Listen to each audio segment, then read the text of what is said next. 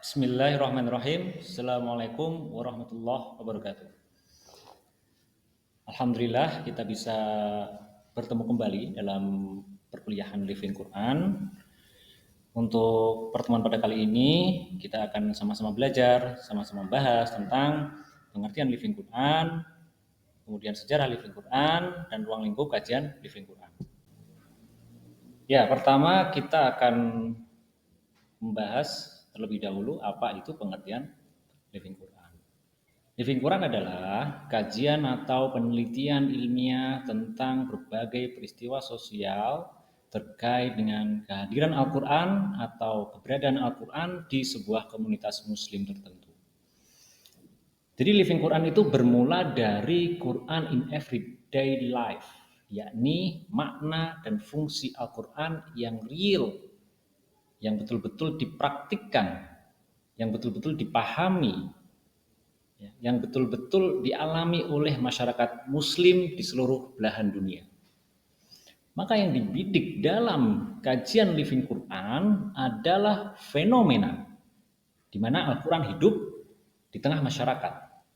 Maka fenomena ini adalah isi dari sebuah event. Tanpa adanya event, tanpa adanya sebuah tradisi ataupun kebiasaan dari masyarakat, maka fenomena itu tidak akan ada. Dalam ruang lingkup kajian Living Quran ada 4 aspek yang akan kita lihat. Yang pertama aspek oral, yaitu aspek yang merujuk pada aktivasi teks dalam suara atau performa yang melodik, terukur, dan ritmis yang dipelajari, dipraktikkan, dan diselenggarakan pada waktu dan tempat tertentu. Contohnya ayat Al-Quran yang dibacakan surat Al-Fatihah atau surat Yasin atau surat Al-Waqiah atau ayat-ayat tertentu, ayat kursi atau ayat-ayat yang lainnya yang itu memiliki tujuan dan fungsi tertentu. Yang kedua, tidak hanya aspek pembacaan tapi juga aspek pendengaran atau aspek aural. Aural adalah segala sesuatu yang terkait dengan pendengaran. Aurality tidak hanya implikasi mendengar Al-Quran, namun juga memasukkannya ke dalam hati. Jadi ayat Al-Quran yang dibacakan otomatis dia didengarkan, baik didengarkan oleh sang pembaca atau ada orang di sekitarnya. Kemudian yang ketiga ada aspek writing, ayat Al-Quran yang dituangkan dalam bentuk tulisan dan memiliki muatan spiritual, ada muatan magic. Contohnya seperti raja, seperti jimat, dan tentu itu memiliki perdebatan yang sangat panjang. Tapi kita tidak fokus pada perdebatan hukum. Kita fokus pada mengungkap fenomena sosial budaya, fenomena Living Quran yang ternyata ada ayat Al-Quran yang ditulis dengan bentuk tertentu. Ya, bisa jadi bentuknya berbeda dengan bentuk dalam mushaf. Misal hurufnya dipotong-potong, kemudian ada dalam bentuk lingkaran, bentuk kotak atau bentuk segitiga. Kemudian tulisan itu disimpan dan diyakini memiliki kekuatan magic untuk merubah sesuatu atau untuk mendapatkan sesuatu. Nah, itu bisa kita kaji dalam kajian Living Quran karena Al-Quran hidup. Al-Quran dipraktikkan dalam tataran praktik. Ini kata kuncinya. Kemudian selain itu ada juga seni tulis Al-Quran seperti kaligrafi yang memiliki resepsi estetis, yang memiliki muatan keindahan, ya, yang itu dipraktikkan, dituliskan dengan bentuk-bentuk seni kaligrafi tertentu. Itu juga bisa diteliti dalam ruang lingkup kajian Living Quran. Berikutnya ada aspek attitude. Al-Quran sebagai kitab suci, kalam Allah memiliki nilai, maka manusia juga memiliki konsep tersendiri dalam memperlakukan kitab suci. Ya, kita akan lanjut pada Living Quran dalam tinjauan sejarah. Sejak kapan sebenarnya Living Quran ini? Nah, pada masa awal Islam, ya, sebenarnya sudah ada fenomena, sudah ada Living Quran itu, Al-Quran yang hidup pada zaman Rasul. Bahkan ada dalam sebuah hadis yang dikatakan bahwa kana khuluqul Quran, bahwasanya akhlak Nabi Muhammad SAW itu adalah Al-Quran. bahwa apa yang dilakukan oleh Rasulullah itu merupakan cerminan dari nilai-nilai yang ada di dalam Al-Quran. Kemudian bergeser pada masa sahabat. Nah, pada masa sahabat ini ada sebuah riwayat, ya, ada sebuah riwayat yang pada masa Rasulullah terdapat beberapa sahabat yang sedang melakukan perjalanan. Mereka membawa bekal dalam sebuah perjalanan, namun cuaca yang sangat terik dalam perjalanan menyusuri gurun pasir yang itu sangat menguras energi, ditambah jarak tempuh yang sangat jauh. Nah, bekal yang disiapkan pun habis di tengah perjalanan, dan para sahabat merasakan letih dan lelah yang amat sangat. Di tengah lelahnya perjalanan, mereka melihat sebuah pemukiman dan akhirnya mereka memutuskan untuk menghampiri sebuah rumah. Niatnya untuk istirahat. Niatnya untuk siapa tahu bisa mendapatkan tambahan bekal. Namun niat mereka agar dijamu oleh tuan rumah itu pun tidak mendapatkan tanggapan. Tuan rumah enggan untuk menjamu mereka.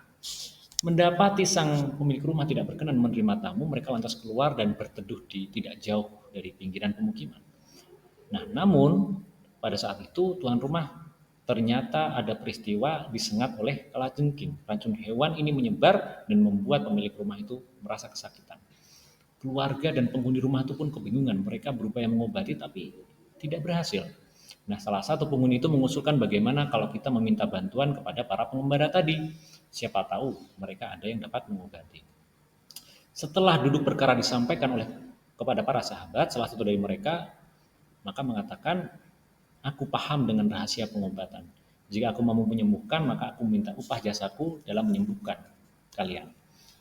Tuan rumah pun sepakat dan setelah itu sahabat yang bernama Sa'id Al-Khudri menghampiri tuan rumah yang kesakitan dan membacakan surat Al-Fatihah dan memohon pertolongan Allah untuk dapat menyembuhkan sakit tersebut. Berangsur-angsur kemudian tuan rumah itu pulih dan sembuh dan tuan rumah bersyukur atas kesembuhan mereka. Sebagai imbalan, sahabat pun diberi kambing satu persatu dan imbalan ini mendapat menambah perbekalan selama perjalanan. Lalu para sahabat itu menyampaikan kepada Rasul dan Rasul bertanya, bagaimana bisa mengetahui rahasia pengobatan dalam Al-Quran? Sahabat menjawab bahwa ia diberikan petunjuk oleh Allah sehingga ia tergerak membacakan doa berupa surat Al-Fatihah. Nabi pun kemudian meminta sahabat untuk membagikan hal tersebut, informasi tersebut. Beliau tersenyum karena mengetahui bahwa sahabatnya dapat mengerti, mengetahui rahasia-rahasia pengobatan dalam Al-Quran. Ini salah satu contohnya. Kemudian yang ketiga, dalam masa penyebaran Islam, Islam yang menyebar ke seluruh pelosok dunia, yang memiliki budaya yang bermacam-macam. Dan masyarakat dunia tidak semuanya memakai bahasa Arab. Maka bagaimana mereka merespon, menerima Al-Quran ya, dengan berbagai macam respon, berbagai macam ekspresi, ya, pembacaan, pendengaran, tulisan dan sikap yang terbentuk oleh masyarakat dunia ini yang bermacam-macam dalam merespon ayat Al-Quran, dakwah Islam.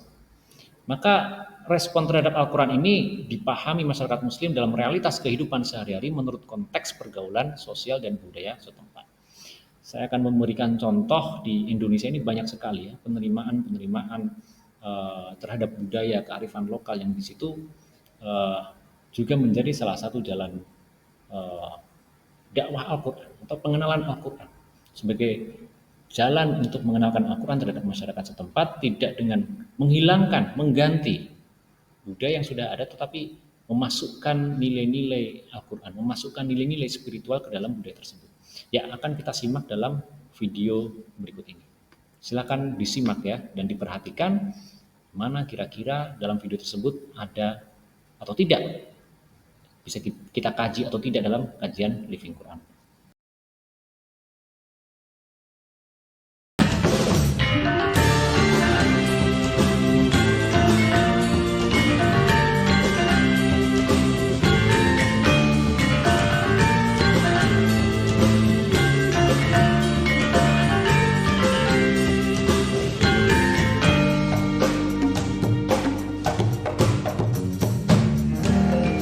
Niat ingsun sesaji tumpeng beras abang saking beras abang Eyang Supo nyuwun panguwasane. Kaki Genisari, Nini Genisari. Panjenengan peparing katentraman, karahayuan, kabagas warasan dateng para kawula. Pandhean saisinipun kebangsaan Desa Wonorejo. Panyuwun kawula panyelentaraaken anggen kawula. Sedekah tumpeng beras abang.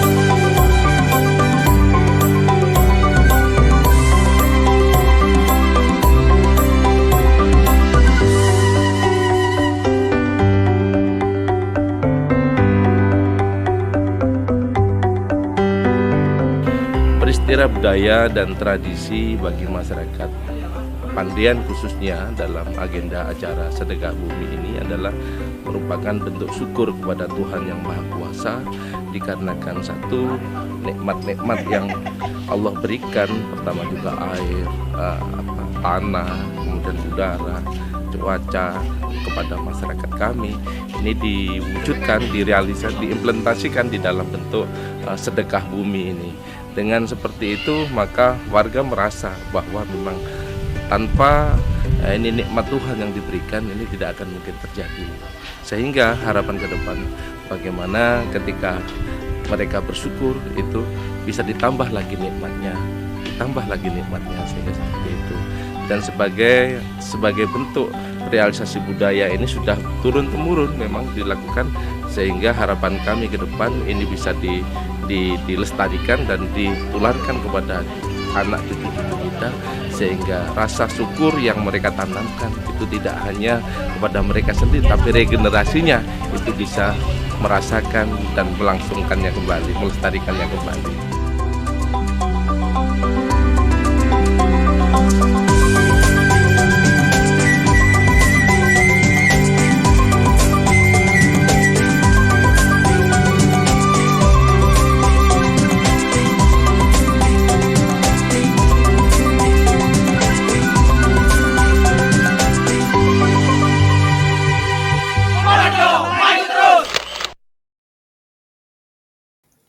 Ya, setelah melihat video tadi sedekah bumi, silakan masing-masing mahasiswa untuk melihat apakah ada living Quran di situ, apakah ada nilai-nilai Islam, apakah ada ritual-ritual keislaman yang masuk dalam budaya sedekah bumi.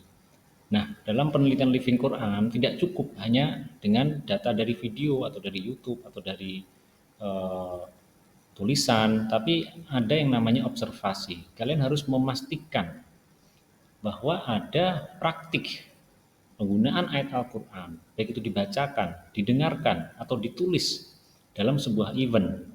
Nah, ini tugas kalian ketika sudah turun lapangan, yaitu memastikan adanya objek material penelitian living Quran dalam misal tradisi sedekah bumi. Kalau memang ada, maka Anda bisa lanjutkan dalam penelitian living Quran.